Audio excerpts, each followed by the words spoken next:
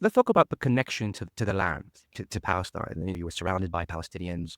How do they view that connection to the land? I've always been interested in this because there's always, for a very long time, Palestine has been ruled by a larger force, whether it was the Ottoman Empire, which ruled for 400 years until 1917, were then followed by the British rule for 30 years until the creation of Israel in 1948. How do people feel connected to that land and to Palestine? You see, the Ottomans came in, they governed the land, but they didn't want to take the land for themselves. They just wanted what came from the land.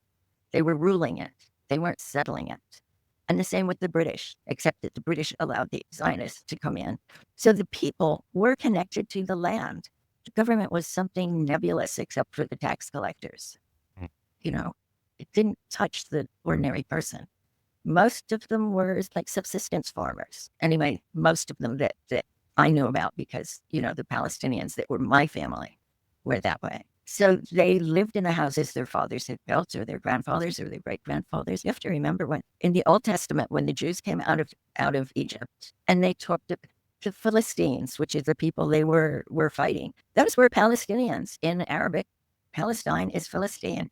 Yep. And so the Philistines were the people they were fighting when they invaded the first time. And these people have been there. There are people with the last names of Canaan.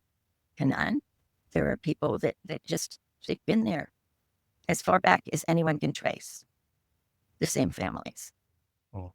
And the land is what gives them their living, by and large. It was a agriculturally based society. Which actually, they're very, now I'm thinking about it, we all have connection to a land, but when it comes to, I guess, farmers, the connection is stronger because yeah, it gives you a lot of things. You are part of it. You're working on it day in, day the out. land supports you. Mm. The land supports you and your family and your way of life.